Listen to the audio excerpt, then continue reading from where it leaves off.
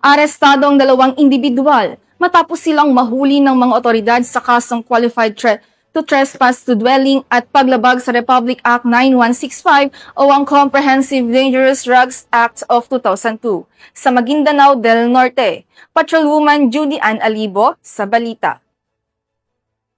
Ang dalawang sospek matapos arestuhin ng UP Municipal Police Station sa kasong Qualified Trespass to Dwelling at RA 9165 o ang Comprehensive Dangerous Drugs Act of 2002 sa Purok Duranta, Barangay Kibleg, UP Maguindanao del Norte.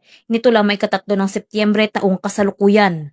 Kinilala ni Police Captain Julius L. Yutub, officer in charge ng UPS-MPS, ang mga sospek na sina alias Joff, 48 anyos at alias Amboy, 16 anyos na pawang residente ng nasabing lugar.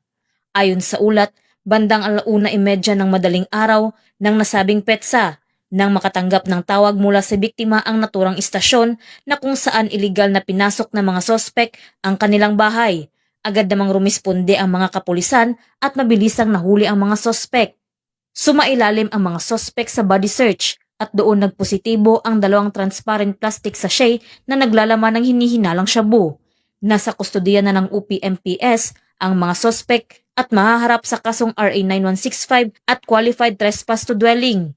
Patuloy ang Maguindanao del Norte PNP sa operasyon at paghuli sa mga sospek na may pananagutan sa batas sa tulong ng komunidad upang mapigilan ang anumang uri ng kriminalidad, partikular ang iligal na droga, na may hangaring mapanatili ang maayos at tahimik na pamayanan. Mula rito sa riyon ng Bangsamoro, ako ang inyong PNN correspondent, Patrolwoman Judy Ann Alibo, alagad ng batas, tagataguyod ng Balitang Pulis.